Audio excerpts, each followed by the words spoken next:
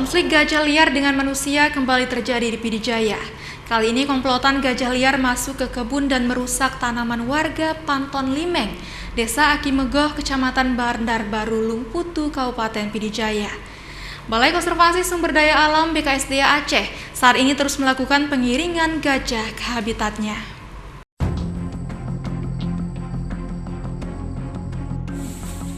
Konflik gajah liar dengan manusia kembali terjadi di Kabupaten Pidijaya.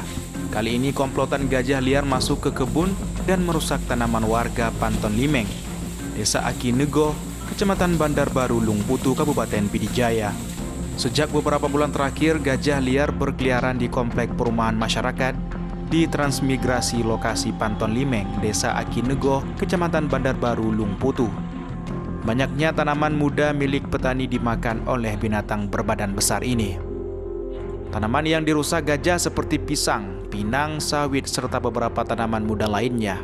Kebanyakan petani selama ini cenderung tak lagi berani berkebun karena takut berpas-pasan dengan gajah liar. Mukhtar, petani di kawasan Akimegoh, menyebutkan hampir setiap hari berpas-pasan dengan gajah liar di kawasan perkebunannya.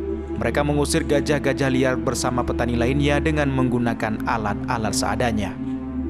Menurut Mukhtar, gajah liar kerap merusak tanaman petani di waktu malam hari, seperti memakan pohon pepaya jelang panen, pohon pisang, sawit, dan pinang. Mukhtar berharap pihak terkait agar mengusir gajah liar tersebut dari perkebunan, agar tidak meresahkan petani. Sudah lama, sekitar 3 bulan yang lewat, ada 12 hari. Tanaman-tanaman yang dia sukai semua dimakan. Dari Kabupaten Pidijaya, Jamal Pangwa, Aims melaporkan.